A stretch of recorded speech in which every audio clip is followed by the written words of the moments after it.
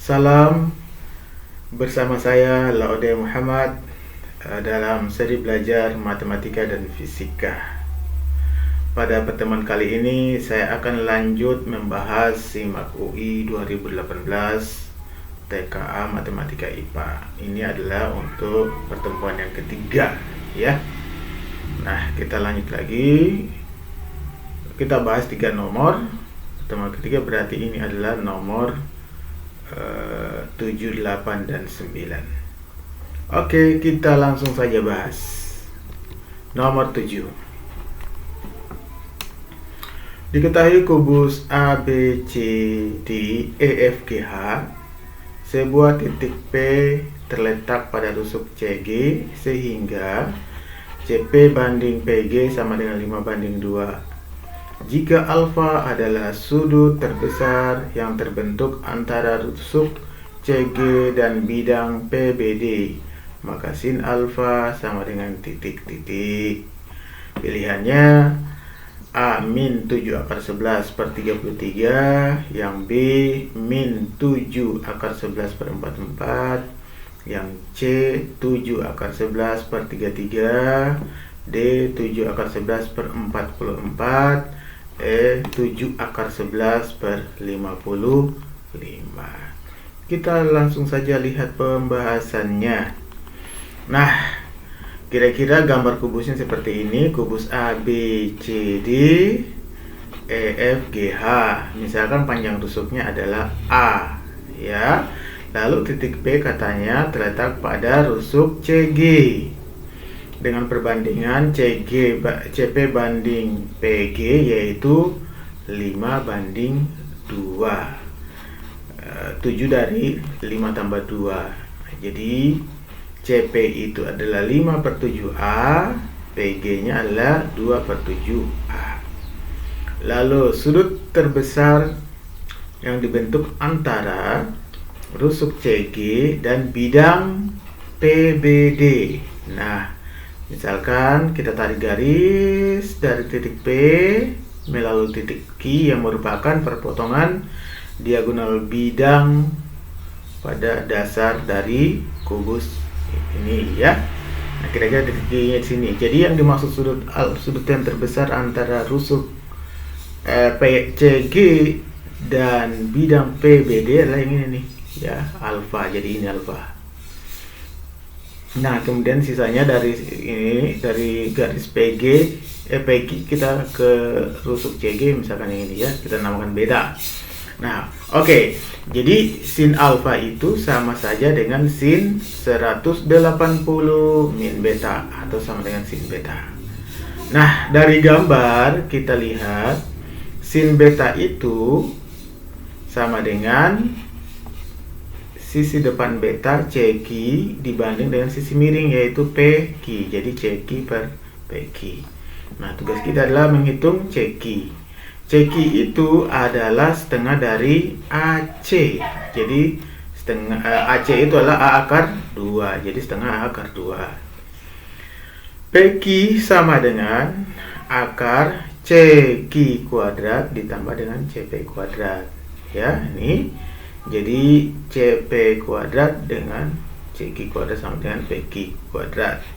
Nah, CQ kuadrat, CQ nya itulah setengah A akar 2 lalu pangkat 2, sedangkan PC nya adalah 5/7A pangkat 2.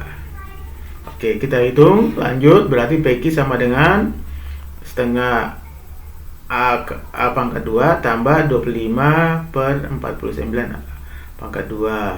Lalu kita samakan penyebutnya. Yang setengah dikali 49 atas bawah, jadi 49/98 A kuadrat. Kalau yang ini kita kali 2 ya, 25/49 kali 2 atas bawah, jadi 50/98 A pangkat 2. Kita jumlahin 49 tambah 50 yaitu 99/98 A pangkat 2. 99 itu sama saja dengan 9 kali 11. Yang 98 adalah 49 kali 2 A kuadrat. Akar 93 akar 497. Jadi 3/7 akar A kuadrat A. Jadi 3/7 A akar 11/2, atau boleh saya tulis 3A akar 11 per 7 akar 2. Jadi kesimpulannya sin beta sama dengan, ya, yaitu tadi apa? CQ diper dengan PQ. CQ nya setengah akar 2, sedangkan PQ nya barusan kita hitung adalah 3A akar 11 per 7 akar 2. Lalu setengah A nya coret, jadi akar 2 per 2 dikali, sama aja dikali dengan 7 akar 2 per 3 akar 11. Akar 2 kali akar 2, 2 bagi 2, 1. Jadi sisa 7 per 3 akar 11. Atas bawah kita kali akar 11. Jadi akar 11 kali akar 11, 11 kali 3, 33. Lalu yang ini berarti 7 akar 11. Jadi jawabannya adalah 7 akar 11 per 33, yaitu C. Oke, kita lanjut sekarang soal nomor 8. Jika 3 pangkat X tambah 5 pangkat Y sama dengan 18, maka nilai maksimum 3 pangkat X dikali 5 pangkat Y adalah berapa titik-titik. Ya, pilihannya 72, yang B 80, yang C 81, yang D 86, yang E 88. Langsung saja kita lihat pembahasannya. Kita tulis lagi, 3 pangkat X ditambah 5 pangkat Y sama dengan 18. Maka 5 pangkat Y sama dengan 18 dikurangi 3 pangkat X. Nah, yang diminta adalah fx sama dengan 3 pangkat X dikali 5 pangkat Y. 5 pangkat Y nya kita ganti dengan 18 kurang 3 pangkat X. Jadi 3 pangkat X dikali 18 min 3 pangkat X sama dengan 18 kali 3 pangkat X dikurangi 3 pangkat 2X, ya. Untuk mencari nilai maksimum kita turunkan. Turunan pertama sama dengan 0, ya.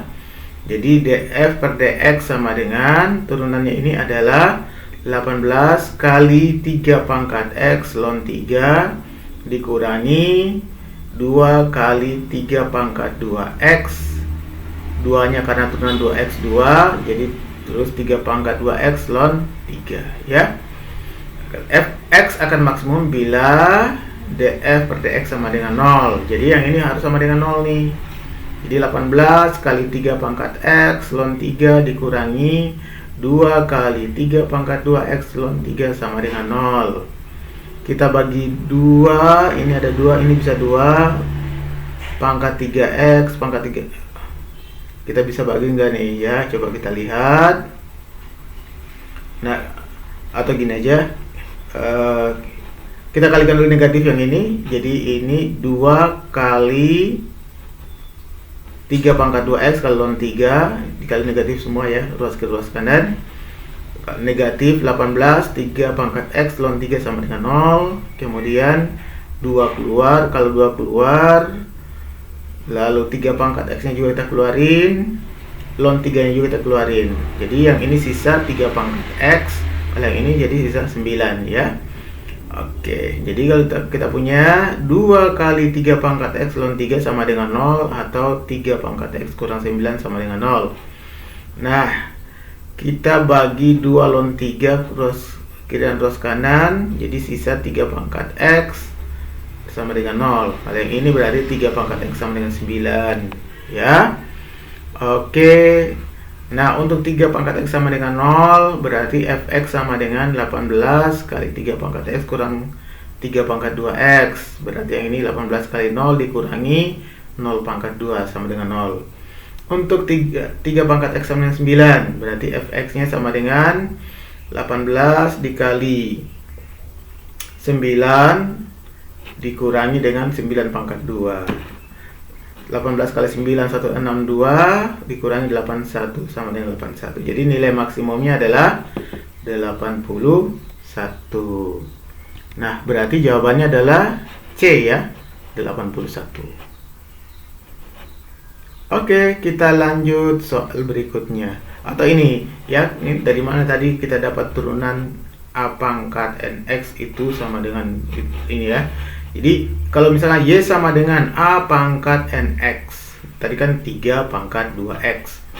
Maka turunannya adalah N kali A pangkat NX ln A. Ini rumusnya nih. Ya. Oke, jadi kalau misalnya tadi 3 pangkat 2X berarti N-nya 2, lalu ini 3 pangkat 2X ln 3. Kalau 3 pangkat X berarti N-nya 1, 3 pangkat X ln 3. Ya, kayak gitu. Oke, ini rumusnya. Kemudian soal nomor 9. Diketahui garis SX min Y sama dengan 0 adalah garis singgung sebuah lingkaran yang titik pusatnya berada di kuadran ketiga dan berjarak 1 satuan ke sumbu X. Jika lingkaran tersebut menyinggung sumbu X dan titik pusatnya melalui garis X sama dengan min 2, maka nilai 3X berapa? Pilihannya A 1/6, B 4/3, C 3, D 4, E 6. Nah, kita lihat di sini ya, katanya tadi lingkaran pusatnya berada di kuadran 3. Lihat, kebayang berarti kuadran 3 ya, dan berjarak 1 satuan ke sumbu X. 1 satuan ke sumbu X. Lingkaran menyinggung sumbu X. Oh, berarti kalau bayangin kita, kalau menyinggung sumbu X terus pusatnya berjarak 1 satuan ke sumbu X, berarti jari-jarinya adalah 1. Ya, oke. Nah, kita lihat aja langsung, lihat pembahasan. Nah, kira-kira gini gambarnya. Katanya lingkarannya pusatnya, ada pusatnya, kita nggak tahu pusatnya berapa. Tapi katanya dari pusat lingkaran ke sumbu X itu 1. Dan lingkarannya menyinggung sumbu X. Terus pusatnya dilalui oleh garis X sama dengan min 2. Ya. Nah, berarti kalau ini jaraknya 1, berarti dari sini ke sini 1 juga ya. Kayak gitu. Berarti ini pusatnya adalah min 2,1. Jari-jarinya adalah 1. Lalu ada garis X, SX min Y sama dengan 0 menyinggung lingkaran. Nah, pasti garis ini melalui titik 0,0 ya. Oke, jadi kira-kira gini gambarnya. Nah, kemudian jari-jari lingkaran itu bisa juga jarak pusat ke garis. Jadi jari lingkaran itu sama dengan jarak titik lingkaran ke garis singgung lingkaran, yaitu D. Yang ini ya kita sebut D. Sedangkan kita tahu jarak sebuah titik ke sebuah garis yaitu D sama dengan AX plus BY per akar A kuadrat tambah B kuadrat. Nah, berarti D itu adalah jari-jarinya. R. Persamaan garisnya mana ini? Berarti A-nya sama dengan X, B-nya sama dengan min 1. Jadi SX min Y, gitu kan, diper dengan akar S kuadrat ditambah min 1 kuadrat. Jari-jarinya 1 tadi, jadi 1 sama dengan S. X-nya itu adalah berapa titik pusat lingkarannya? Min 2, min 1. Berarti X-nya min 2, Y-nya min 1. Ya, oke. Nah, kemudian berarti ini kita kali-kalikan saja.